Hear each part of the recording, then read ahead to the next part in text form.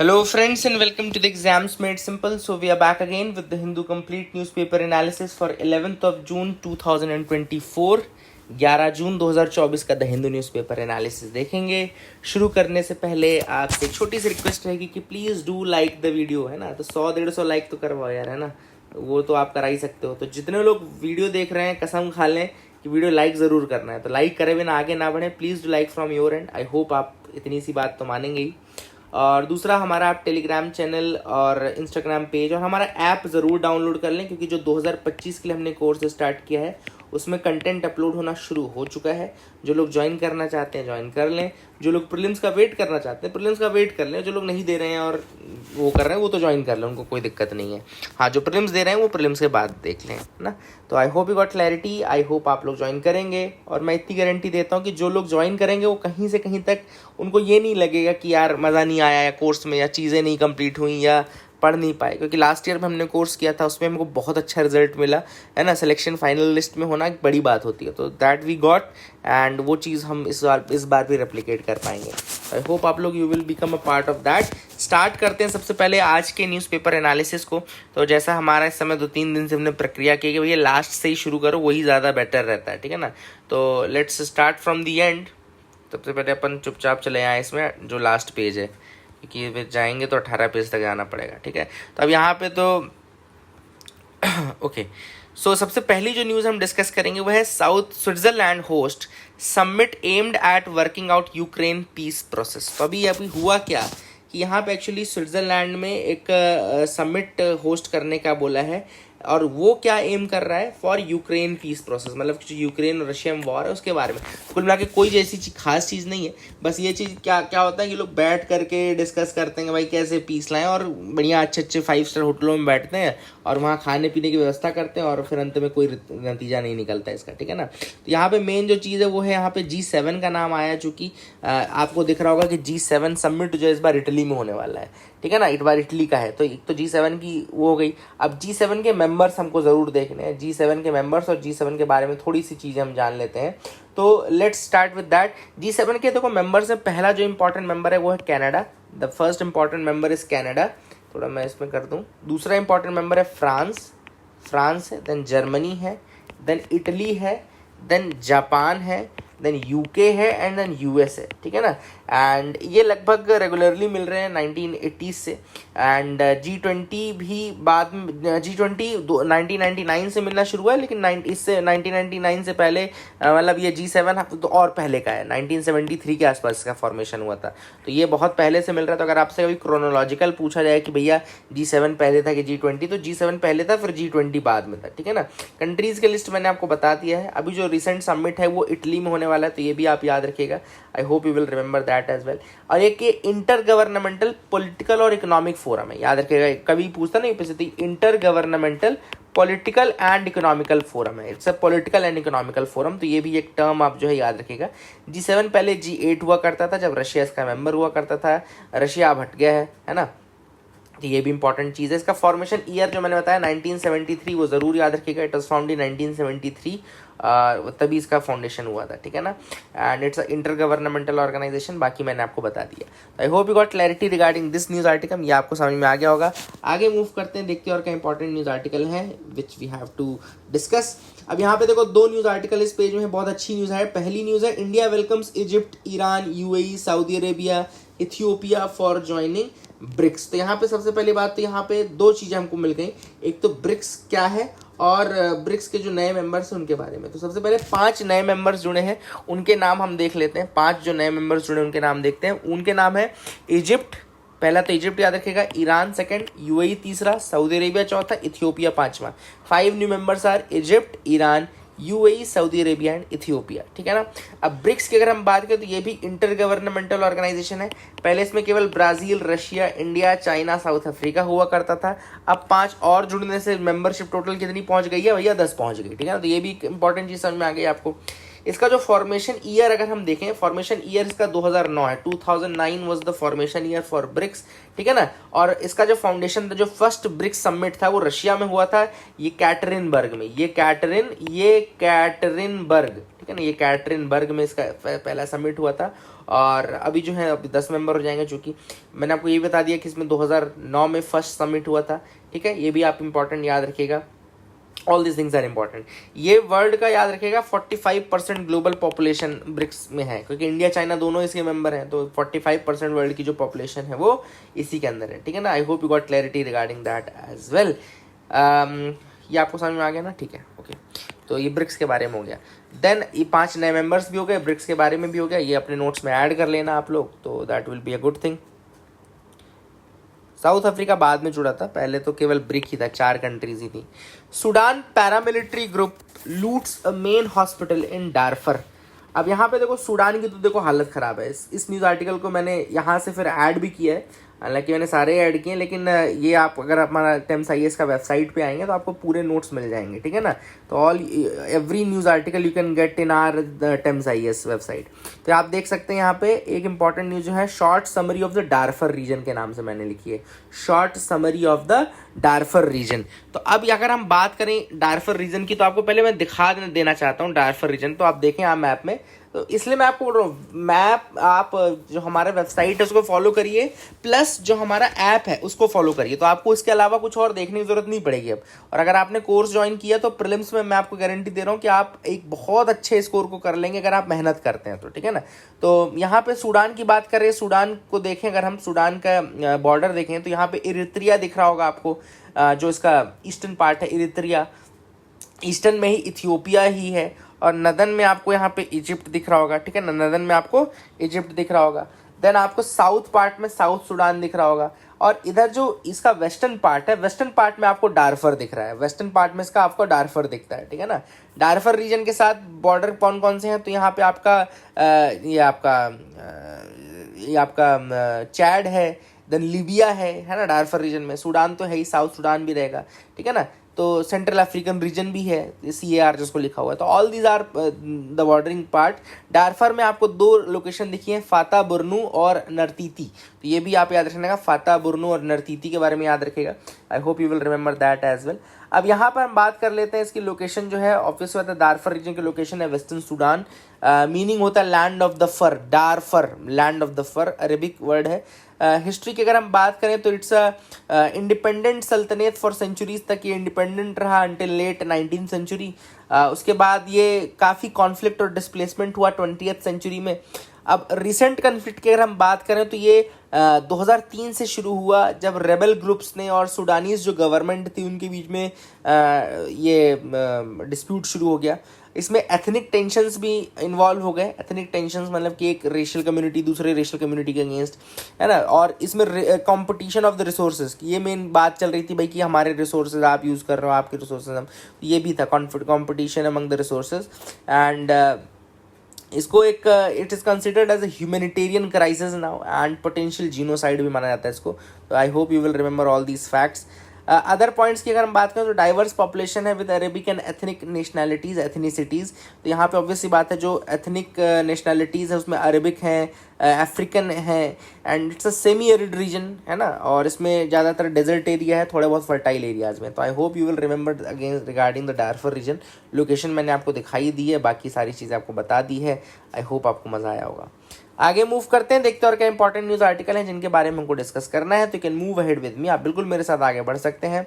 How the US is daring the world to find an alternate solution for dollar. अब ये बहुत अच्छा article था। इस आर्टिकल में मैं आपको बताता हूँ क्या चीज़ में डिस्कस की गई है। तो इस आर्टिकल में जो डिस्कस की गई चीज़ है वो ये है कि किस तरीके से एक नई करेंसी के लिए मजबूर कर रहा है अमेरिका, ठीक है ना। तो हम देखेंगे किस तरीके से मजबूर कर रहा है। तो लेट्स सी कि ये आर्टिकल कहाँ है। तो यहाँ देखो लिखा हाउ, ये मैंने इसके भी नोट्स देखो डाल दिए हैं। तो how the US is daring the world to find alternate solution to the dollar. अच्छा, इस बार जो मैंने ऐप में चीज़ की वो भी मैं आपको बता दूं, जो आपका कोर्स होगा उस कोर्स में आपको कंटेंट सेग्रीगेशन बहुत अच्छे से मिल जाएगा। मतलब मैंने इस बार क्या किया है कि उसमें इंपॉर्टेंट लोकेशंस का अलग एक टैब दे दिया है, इंपॉर्टेंट बॉडीज़ का अलग एक टैब दे दिया है। तो जो भी न्यूज़ डेली अपडेट हो रहा है ना, हम उसको अभी से अपडेट करना शुरू कर देना है। तो डेली के डेली वो अपडेट हो जाएगा। अगर कोई बॉडी न्यूज़ में आई है, कोई लोकेशन न्यूज़ में आई, तो उसके ऊपर एक अलग से नोट्स आपको मिल जाएगा। तो आपका सेग्रीगेटेड रहेगा, आपको अलग से कुछ इकट्ठा करने की जरूरत नहीं पड़ेगी, है ना। तो you can do that as well. अब यहाँ पे हम बात करते हैं किस तरीके से US is daring the world to find an alternative to the dollar. अब देखो, सबसे पहली बात इस आर्टिकल का जो क्रक्स है वो ये है कि क्या डॉलर का डोमिनेंस रिस्क में है या नहीं। डॉलर आप सबको पता है कि करेंसी ऐसी है जो बहुत ज़्यादा डोमिनेटेड है पूरे वर्ल्ड में, है ना, डोमिनेट कर रही है। तो क्या यूएस जो है वो खुद अपनी करेंसी को अंडरमाइन कर रहा है? तो हम देख लेते हैं। सबसे पहले यूएस ने किया क्या चीज़ें, तो अपने खुद के लीगल सिस्टम पे अटैक कर रहे हैं। जैसे ट्रंप का कन्विक्शन हुआ तो उसने फिर ट्रंप ने अपने जुडिशरी के अगेंस्ट ही कहना शुरू कर दिया। तो इससे काफ़ी ज़्यादा जो है वो कंसर्न्स आते हैं regarding the US institutions, specially the judiciary, जो कि कल को इंटरनेशनल डिस्प्यूट होते हैं उनको भी सॉल्व करना है उसको। Increased use of sanctions as a foreign policy tool. अब दूसरा जो अमेरिका दिक्कत दे रही है वो ये है कि हर समय सैंक्शन, जिसको देखे सैंक्शन, खेलते रहिए सैंक्शन, अलहुआ सैंक्शन, है ना। तो वही वाली बात है कि ये यूएस जो है वो इस तरीके से सैंक्शन खेल रहा है। और तीसरा है नेशनल डेट जो है इट इज़ राइजिंग, है ना। अमेरिका में नेशनल डेट भी राइज कर रही है। तो एंजाइटीज़ हैं यूएस की फाइनेंशियल स्टेबिलिटी को लेकर के, ठीक है ना।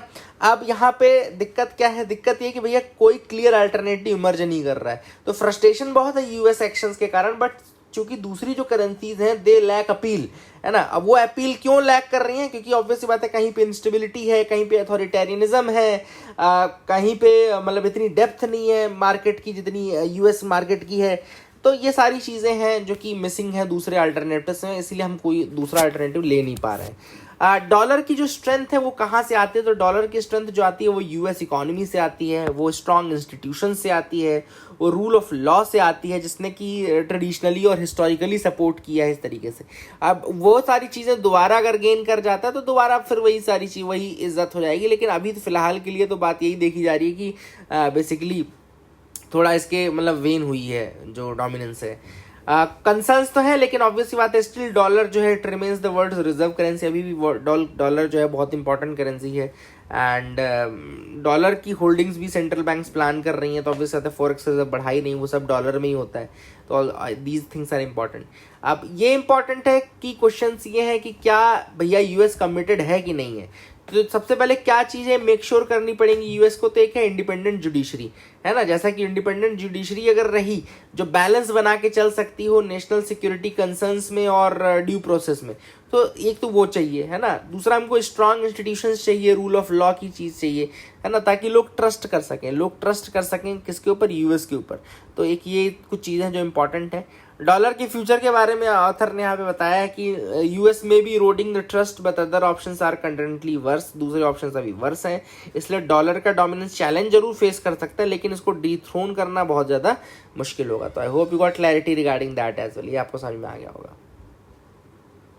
आगे मूव करते देखते और क्या इंपॉर्टेंट न्यूज़ आर्टिकल हैं। तो यहाँ पे ये न्यूज़ वैसे अच्छी है नहीं इतनी, तो ये हम डिस्कस नहीं करेंगे। यहाँ पे बात कर लेते हैं what is happening in the French territory of new Caledonia, है ना। तो न्यू कैलेडोनिया में हुआ क्या है बेसिकली, तो वहाँ पे सोशलिस्ट कनक नेशनलिस्ट लिबरेशन फ्रंट जो है south Pacific French territory of new Caledonia का, इसने फ्रेंच प्रेसिडेंट इमैनुअल मैक्रोन को कहा कि भाई abandon the plan to modify the electoral reforms.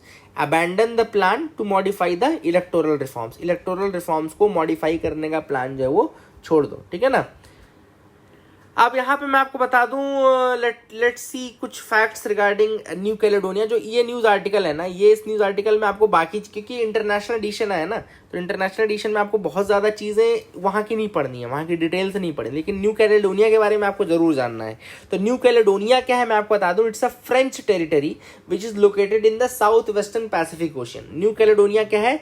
French territory है जो कि लोकेटेड है साउथ वेस्टर्न पैसिफिक ओशन में, and it is known for beautiful beaches, coral reef and lush rain forest. And this archipelago consist of main island, इसमें grand टेरी आता है, loyalty island आता है, चेस्टरफील्ड आइलैंड आता है, बेलेप आर्कीपेलागो आता है, आइल ऑफ पाइन्स आता है। तो these are all located in the New Caledonia. अब यहाँ पे मैप आपको दिख रहा होगा, यहाँ पे ऑस्ट्रेलिया है, फिर यहाँ पे पैसिफिक में तस्मान सी है, कोरल सी है, उसके बीच में आपको न्यू कैलेडोनिया दिख रहा होगा, है ना। उसके ऊपर वहाँ पे वनुआतू और सोलोमन आइलैंड्स ऊपर और फिजी ऊपर, ये सब और दिख रहा होगा, but this is where it is located, ठीक है। तो I hope you got clarity regarding that. And New Caledonia की रिच हिस्ट्री रही है। याद रखिएगा कनक पीपल, जो ऊपर हमने कनक ग्रुप देखा ना, कनक पीपल आ रहा था indigenous inhabitants of new Caledonia. तो कनक पीपल जो है वो यहाँ के इंडिजिनस इनहैबिटेंट्स हैं न्यू कैलेडोनिया के। And culture is an important part of the territories identity. French जो है 1853 में न्यू कैलेडोनिया का कंट्रोल उन्होंने ले लिया था, और तब से आज तक ये फ्रेंच टेरिटरी ही रह गई है, ठीक है ना। एंड इसका सुई जेनेरिस कलेक्टिविटी है। सुई जेनेरिस कलेक्टिविटी का मतलब होता है कि it has a special status with in the France. तो फ्रांस के अंदर भी इसका एक स्पेशल स्टेटस है ना। तो I hope you got clarity regarding that as well. New Caledonia French citizens माने जाते हैं, उनके पास राइट टू वोट होता है फ्रेंच इलेक्शंस में भी, याद रखना। आई hope you got clarity regarding that. And यहाँ पे न्यू कैलेडोनिया के हाई डिग्री ऑफ ऑटोनॉमी है, इसकी खुद की गवर्नमेंट है, लॉज है, सारी चीज़ें हैं। I hope you got clarity regarding that as well. तो ये न्यू कैलेडोनिया के बारे में हमने देख लिया, तो ये सारी चीज़ें आपको समझ में आ गई होंगी। आगे मूव करते हैं। Special category status for Andhra Pradesh. तो आंध्र प्रदेश आपको पता है कि 2014 में बाइफरकेट हुआ इनटू आंध्र प्रदेश एंड तेलंगाना, और उसकी डिमांड हालांकि बहुत पहले से चल रही है, लेकिन 2014 के बाद से और ज़्यादा स्पेसिफिक हो गई इसकी डिमांड कि भैया हमें स्पेशल कैटेगरी स्टेटस दिया जाए। स्पेशल कैटेगरी स्टेटस के बारे में मैंने आपको पहले भी बताया था कि इसके बहुत सारे फ़ायदे हैं। फ़ायदे ये हैं कि जहाँ अन्य स्टेट्स में केवल 60% कंट्रीब्यूट करता है सेंट्रल गवर्नमेंट स्कीम्स में, वहीं पे जो स्पेशल कैटेगरी स्टेट्स होते हैं वहाँ पे 90% का जो इन्वेस्टमेंट होता है वो सेंट्रल गवर्नमेंट द्वारा किया जाता है। एक तो ये बहुत इंपॉर्टेंट चीज़ है। दूसरा, सेंटर को डायरेक्ट असिस्टेंस देता है, डायरेक्ट कुछ फंड्स प्रोवाइड करता है। तो ये सारी चीज़ें भी ऑब्वियसली बातें रहती है। हिस्ट्री की अगर हम बात करें यहाँ पे, तो जो आंध्र प्रदेश है उसको क्वालिफाई नहीं माना जाता है for the special category status, ठीक है ना। ये आप देख लें तो जो स्पेशल कैटेगरी स्टेटस है ये पहली बार आया था on the recommendations made by the 5th finance commission. तो ये देखिएगा 5th फाइनेंस कमीशन के रिकमेंडेशन पे आया था, और ये 1969 में दिया गया था, ठीक है ना, रिकमेंडेशन। तो ये इसमें बेसिकली यही कहा गया कि भाई कुछ स्टेट्स को स्पेशल ग्रांट्स की ज़रूरत है, कुछ स्टेट्स में सोशो इकोनॉमिक प्रोग्रेस इतनी नहीं है या जोग्राफिकल डिसएडवांटेजेस हैं। तो बेसिकली ये हिली स्टेट्स के लिए लाया गया था जिनके पास जोग्राफिकल डिसएडवांटेजेस हैं और जहाँ पे इतना ज़्यादा इंपॉर्टेंट वो हो नहीं रहा है। कुछ फैक्टर्स है जो देखे जाते हैं for qualifying as a benchmark for granting SCS, जिसमें कहा जाता है कि भाई एक तो आपके स्टेट में मेजॉरिटी ट्राइबल पॉपुलेशन हो, दूसरा लो डेंसिटी ऑफ पॉपुलेशन हो, हिली स्टेट हो, close to international border, then state that have socio economic and industrial backwardness and adequate state finances नहीं होने चाहिए। तो ये 5 अगर आप फैक्टर पढ़ें तो ये आप देख सकते हैं कि ये स्पेशल कैटेगरी स्टेटस के लिए, एंड इन्हीं क्राइटेरियाज में कहते हैं भैया आंध्र प्रदेश फिट नहीं बैठ रहा इसलिए उसको नहीं दिया गया। अभी प्रेजेंटली कौन कौन से स्टेट्स हैं जिनको दिया गया है, तो अरुणाचल प्रदेश है, असम है, हिमाचल प्रदेश है, जम्मू कश्मीर है, मणिपुर है, मेघालय है, मिजोरम है, नागालैंड है, सिक्किम है, त्रिपुरा है, उत्तराखंड है। मैं फिर से रिपीट कर देता हूँ, क्वेश्चन यूपीएससी पूछ सकता है स्पेशल कैटेगरी स्टेटस का, इस बार इसी साल पूछ सकता है ना। बहुत ज़्यादा न्यूज़ में रहेगा तो नहीं पूछेगा, अभी पूछ सकता है। तो इस बार अरुणाचल प्रदेश, असम, याद रखिएगा, हिमाचल प्रदेश, जम्मू कश्मीर, मणिपुर, मेघालय, मिजोरम, नागालैंड, सिक्किम, त्रिपुरा, उत्तराखंड, ठीक है ना। तो ये लगभग 7 सिस्टर्स तो आपके पूरे हो गए, ठीक है। सिक्किम भी है इसमें, तो ये देखो 1 2 3 4 5 6 है ना, 7। तो इधर 7 नॉर्थ ईस्टर्न स्टेट्स तो आपको 7 हैं, हाँ यहाँ 8 हैं, यहाँ पे 7 सिस्टर्स भी हैं, और हिमाचल प्रदेश एक आ गया, और आपका जम्मू कश्मीर एक आ गया, एक आपका उत्तराखंड आ गया, तो ये 3 और, तो 8 + 3 11 स्टेट्स हैं जिनको स्पेशल कैटेगरी स्टेटस दिया गया है। अच्छा, दिक्कत क्या है? दिक्कत ये हुई कि जो 14th फाइनेंस कमीशन आई ना, 14th फाइनेंस कमीशन जब आई तो उसने मना कर दिया स्पेशल कैटेगरी स्टेटस देने के लिए। तो 14th फाइनेंस कमीशन से ये चीज़ बंद हो गई है, ये रिकमेंडेशन सेंटर ने ले लिया था। 14th फाइनेंस कमीशन में उन्होंने बोला कि भैया अब इसकी कोई ज़रूरत नहीं है, इससे मतलब अनफेयर बर्डन आ जाता है। और 14th फाइनेंस कमीशन ने कहा कि हम एक काम करते, पहले 32% देते थे ये लोग, तो वो लोग ये बढ़ा करके हम 42% कर देते हैं स्टेट्स को, और आप ये स्पेशल कैटेगरी स्टेटस हटा दो, है ना। तो स्पेशल कैटेगरी स्टेटस हटा दिया गया, ठीक है। और मैंने जो बताया था आपको कि 90% दिया जाता है, देखो SCS अरेंजमेंट होता है उसमें 90-10 का, 90% उसमें सेंटर देती है और 10% ही स्टेट गवर्नमेंट देती है, तो ये सारे जो बेनिफिट्स हैं आप बंद कर दिए गए हैं स्पेशल कैटेगरी स्टेटस वाले, मतलब बाकी स्टेट्स में है लेकिन ये नए नहीं दे रहे हैं किसी को। I hope you got clarity regarding that as well, ये भी आपको समझ में आ गया होगा। आगे मूव करते हैं, देखते हैं और क्या इंपॉर्टेंट न्यूज़ आर्टिकल हैं। तो यहाँ पे 2 एडिटोरियल हैं, उनमें से जो हम एक डिस्कस करेंगे बहुत इंपॉर्टेंट है, a push for a more climatic action. अब ये आर्टिकल क्या है, push for a more climatic action, इसको देखने के लिए मैं आपको बता दूं कि जो स्मॉल आइलैंड कंट्रीज का ग्रुप है, द कंट्रीज जो है आइलैंड स्मॉल आइलैंड स्टेट्स में जो आती हैं, उनकी एक ग्रुपिंग बनाई गई थी, ठीक है ना। उनकी एक ग्रुपिंग जो है, उस ग्रुपिंग ने अभी एक केस किया था, ठीक है ना। उस ग्रुपिंग ने अभी एक केस किया था और उस केस को कहाँ किया था, इटलॉस में किया था, जो international tribunal law of the sea है, international tribunal for law of the sea, वहाँ पे किया था। तो आप देख लिए इटलॉस में, मैं आपको यहाँ पे दिखा देता हूँ, देखो लिखा है 9 small island states have von a historic climatic case. एक बहुत इंपॉर्टेंट क्लाइमेटिक चेंज केस जो है 9 स्मॉल आइलैंड स्टेट्स ने जीत लिया है। ये स्मॉल आइलैंड स्टेट्स कौन कौन से मैं आपको बता दूंगा। इटलॉस में ये गए थे, international tribunal for law of the sea. अब यहाँ पे ये गए क्यों थे मैं आपको बता दूं, यहाँ पे ये गए इसलिए थे कि उन्होंने कहा था कि कोर्ट को, भाई आप क्लैरिफाई करो कि मैरीन पॉपुलेशन में क्या करने की जरूरत है और मैरीन पॉपुलेशन को कैसे दूर किया जा सकता है और इसमें दूसरी कंट्रीज का क्या रोल रहेगा, ओशियन एसिडिफिकेशन क्यों फॉसिल फ्यूल से हो रहा है और जो ग्रीन हाउस गैस एमिशंस हैं ये हो रहे, ये सब के कारण जो ओशियन एसिडिफिकेशन या मैरीन पॉल्यूशन बढ़ रहा है उसमें दूसरी कंट्रीज से क्या रोल है, ये क्लियर बोलने के लिए उन्होंने बोला। अब ये इंपॉर्टेंट चीज है कि ट्रिब्यूनल ने बहुत अच्छा जजमेंट दिया जिसमें उन्होंने कहा कि yes, all the signatories to the United Nations treaty on marine activities must do more to prevent the world ocean from climatic change. तो उन्होंने कहा कि भाई जितने भी United Nations treaty on marine activities को साइन के सिग्नेटरीज है ना, यूएन मेंबर, उन सभी को और करने की जरूरत है for preventing the oceans from getting destroyed by the climate change. इसके अलावा उन्होंने कहा कि जो tribunal also found that signatories to the United Nation convention on law of the seas responsibilities also there to prevent marine pollution. तो marine pollution को रोकने के लिए अनक्लॉज के जो सिग्नेटरीज हैं उनके भी रोल है और यूनाइटेड नेशंस मरीन एक्टिविटीज के जो ट्रीटी साइन किया उनके भी रोल है, ठीक है ना। इसके अलावा मैं आपको बता दूं, कोसिस इसको बोलते हैं, जो आपका association of small island states है, ये एक स्मॉल आइलैंड स्टेट्स का ग्रुप है जो 2021 में बनाया गया था to address the climatic change and international law, ठीक है ना। इन्होंने इटलॉस को रिक्वेस्ट किया था तो ऑब्वियसली बात है इटलॉस ने अपना ओपिनियन भी दिया जिसमें उन्होंने जो मैंने आपको बताया वो सारी चीजें उन्होंने बताई हैं। काफ़ी इंपॉर्टेंट लीगल बेसिस का है क्योंकि इससे एक तो लीगैलिटी के साथ अब मतलब वो मूव कर सकते हैं और एक कंट्री से जाकर के बोल सकते हैं कि भाई आप बताओ कैसे करना है, क्या करना है। तो ये काफ़ी इंपॉर्टेंट जजमेंट है विच इज़ देयर। हालांकि ये लीगली बाइंडिंग नहीं है क्योंकि इटलॉस के जजमेंट लीगली बाइंडिंग नहीं है, लेकिन इटलॉस के ओपिनियन फिर भी कुछ वेट कैरी करते हैं इंटरनेशनली जिसको दूसरी कंट्रीज मानेंगी, ठीक है ना। I hope you got clarity regarding that as well. अब COSIS यानी जो इसका आपका climate change and international law small, जो commission of small island states बोलते हैं, COSIS क्या होता है, commission of small island states. 9 member जो है इनके मैं आपको बता देता हूँ। तो ये स्टार्ट हुआ था, इसका बनने का प्रोसेस 2000 COP26 में, COP26 में याद रखिएगा एग्रीमेंट साइन किया गया, तो उससे ये बनाया गया commission of small island states on climate change and international law, ठीक है ना।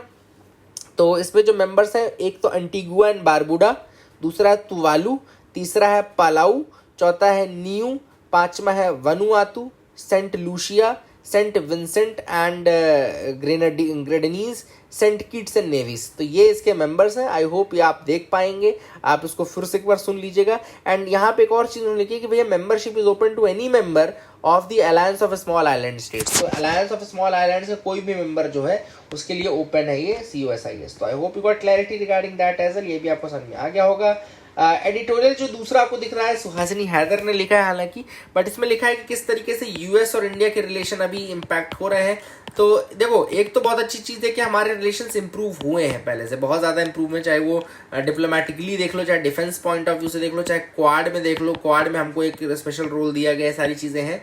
लेकिन वहीं पे कुछ प्रॉब्लम्स भी हैं। प्रॉब्लम्स कैसे हैं, जैसे कि एक तो जो इसराइल और हमास वाला वॉर है, वहाँ पे थोड़ा मोरलिस्टिक हमारा चेंज हो जाता है। दूसरा, रशिया यूक्रेन के वॉर में हमको मना किया था यूएसए ने कि भाई रशिया से ऑयल मत लेना, बट हमने ऑयल लिया।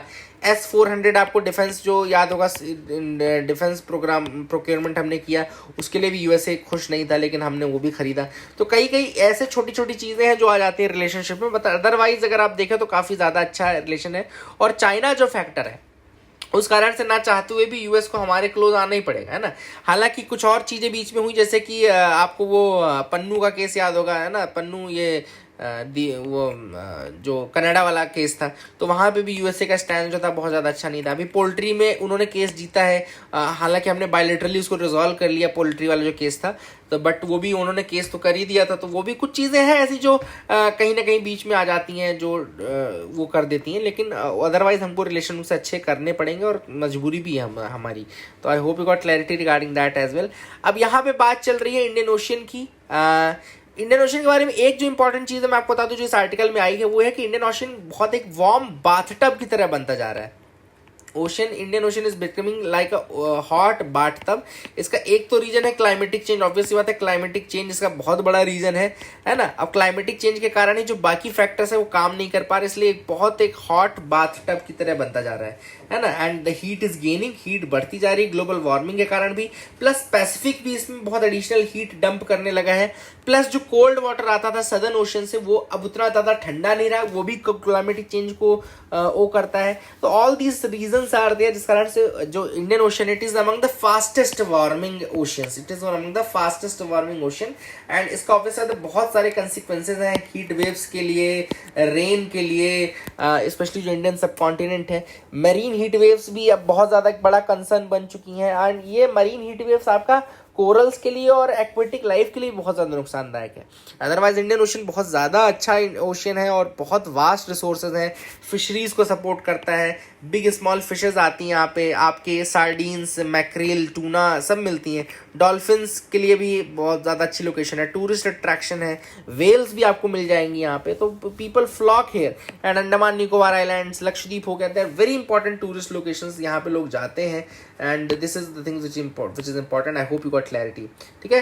सो that is it for this video friends. I hope you like the video. Please like and subscribe, keep loving us, keep sharing us. Thank you and have a nice day.